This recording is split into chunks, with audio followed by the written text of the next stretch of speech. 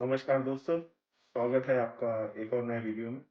आज हम बात करने वाले हैं रिटायरमेंट। दोस्तों, हम सब ने पैसे बचाना सीख लिया, कमाना सीख लिया, लेकिन क्या आपने कभी कैलकुलेशन किया है कि जब आप 60 साल के हो जाएंगे और आपकी इनकम बंद हो जाएगी, तो आप अपनी लाइफ को किस तरह से सर्वाइव करेंगे? हम सब जानते हैं कि इन्फ्लेशन यानी महंगाई किस तरह से हर साल बढ़ता जा रहा है और हम मिडिल क्लास फैमिली एक रिटायरमेंट की डिजास्टर की तरफ बढ़ते जा रहे हैं जिस पे कोई भी ध्यान नहीं दे रहा। ऐसा क्यों होता है? हम अपनी सारी सेविंग्स बच्चों की पढ़ाई, उनकी शादी में खर्च कर देते हैं, ये सोच के कि जब हम बूढ़े होंगे तो हमारे बच्चे हमारा ध्यान रखेंगे। लेकिन आज के डिजिटल जमाने में 2026 में क्या ये प्रैक्टिकल लगता है? चलो एक एग्जांपल लेते हैं।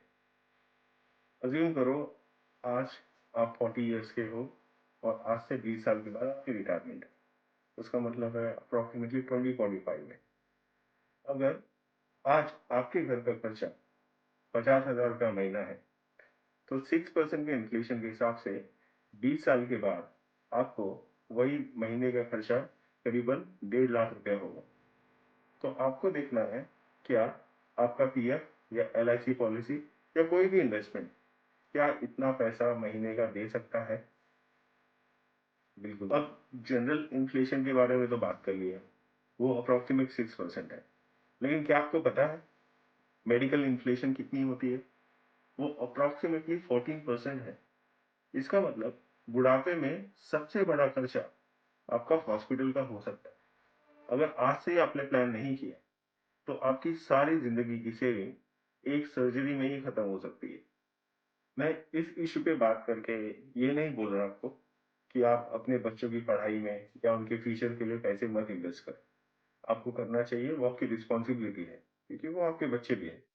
पर मेरा बोलने का यही मतलब है कि जब आप बूढ़े हो जाओगे और आप अपने बच्चों पे डिपेंडेंट रहोगे और वही बच्चे आपकी हेल्प नहीं करेंगे, तो आपके पास क्या ऑप्शन होगा? अगर वो हेल्प करते हैं तो बहुत ही अच्छी बात है, पर वो नहीं करते हैं, मैं उस बारे में बात कर रहा हूँ। इसके लिए आपको अपना बैकअप रखना चाहिए ताकि आपको किसी और के आगे हेल्प मांगने की जरूरत ना पड़े। आइए सोल्यूशन के बारे में बात करते हैं। सबसे इम्पोर्टेंट हमारे लाइफ में वो है हमारी हेल्थ। तो आपका एक हेल्थ कवर होना ही चाहिए। अगर आप अपनी कंपनी के साथ काम कर रहे हैं, उन्होंने हेल्थ कवर प्रोवाइड किया है, तो उसके अलावा भी आपको additional health cover top up की तरह ले लेना चाहिए। मैं कोई पर्सनलाइज एडवाइस नहीं दे रहा हूँ, मैं एक जनरल बात कर रहा हूँ। आपको इस हेल्थ कवर के बारे में किसी भी इंश्योरेंस कंपनी में या किसी फाइनेंशियल एडवाइजर से बात कर सकते हैं। उसके डिस्कशन के बेसिस पे जो आपको ठीक लगता है, आपके बजट के हिसाब से, आपके नीड के हिसाब से, वो आप लेने के लिए कंसीडर कर सकते हैं। हम मिडिल क्लास लोगों को ज़्यादा फाइनेंशियल नॉलेज नहीं होती है। हम लोग यहाँ वहाँ से सुन के फिर उसके बेसिस पे ही डिसीजन ले लेते हैं। इन जनरल बोलो तो हम मिडिल क्लास लोग या तो गोल्ड खरीद लेते हैं या तो एफडी कर लेंगे। यही हम सोचते हैं कि हमारा इन्वेस्टमेंट हो गया। पर आपको इन सब से हट के आज के टाइम पे इन्वेस्टमेंट प्लान शुरू करना चाहिए, जो कि निफ्टी 50 है, या तो आप एसआईपी में इन्वेस्ट कर सकते हैं जो आपको लॉन्ग टर्म में बहुत अच्छा रिटर्न दे। अगेन मैं सेम चीज बोलूंगा, फाइनेंशियल एडवाइजर से बात करो या बैंक से बात करो, उनसे एडवाइस लो। उनके डिस्कशन के बेसिस पे ही आप डिसीजन लो। यहाँ वहां से सुन के प्लीज इन्वेस्टमेंट नहीं करना। और बात करते हैं पैसिव इनकम की। इसके बारे में मैंने डिटेल में मेरे पिछले वीडियो में बात की। रिटायरमेंट का मतलब काम रोकना नहीं होता है, पैसे कमाने की टेंशन को रोकना होता है। इसके लिए मैं बोल रहा हूँ कि डिविडेंड, स्टॉक्स या रियल स्टेट में पैसे इन्वेस्ट करो, जहां से आपको बिना काम किए मंथली रेंट या डिविडेंड मिले, जिससे आपके रिटायरमेंट में आपको पैसे के बारे में सोचने की जरूरत ना पड़े। अब एक रियलिटी चेक बताता हूँ। हम इंडियंस बहुत ही ज्यादा इमोशनल होते हैं। हर चीज को इमोशनली देख के फिर डिसीजन ले लेते हैं। पर मैं सच बोलूं तो फाइनेंशियल और पैसे के मामले में ज्यादा इमोशनल डिसीजन लेना सही नहीं होता हर सिचुएशन में। अब आपके बच्चों को एकदम अच्छे स्कूल में बेस्ट एजुकेशन दिलाना है, तो उसके लिए आपको रिटायरमेंट सेविंग से पूरे पैसे खर्च करने की जरूरत नहीं है। एजुकेशन लोन मिलता है, आपको रिटायरमेंट लोन नहीं मिलेगा। तो यही मैं समझाना चाहता हूँ, अगर आप फाइनेंशियली इंडिपेंडेंट रहोगे ना, तो आप अपने बच्चों पर बोझ नहीं बनोगे, उनके लिए एक सपोर्ट सिस्टम बनोगे, और इस चीज को वो भी अप्रिशिएट करेंगे। जैसे मैंने आपको वीडियो के बिगनिंग में बताया कि इन्फ्लेशन हर साल 6% से बढ़ता है।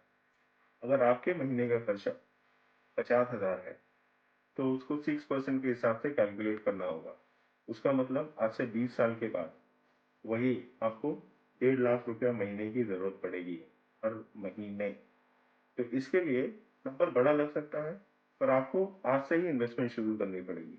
भले ही आप छोटा करो या छोटा अमाउंट से शुरू करो, पर प्लीज करो। दोस्तों, रिटायरमेंट का मतलब ओल्ड एज नहीं होता है। रिटायरमेंट का मतलब है जिस दिन आपका पैसिव इनकम आपके खर्चे से ज्यादा हो गया, उस दिन आप रिटायर हो सकते हैं, चाहे आपकी उम्र 35 है या 55, उससे फर्क नहीं पड़ता। अगर आप चाहते हैं कि मैं आपके लिए एक रिटायरमेंट कैलकुलेटर शीट शेयर करूं, तो कमेंट में लिखना सिर्फ फ्रीडम।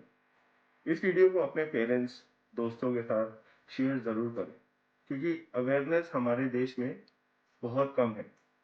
अगर ये वीडियो अच्छा लगा तो प्लीज लाइक और सब्सक्राइब जरूर करना। इससे मुझे मोटिवेशन मिलेगा कि मैं आपके लिए अच्छे अच्छे वीडियो बनाता रहूं। तब तक के लिए टेक केयर, गुड बाय, मिलते हैं अगले वीडियो।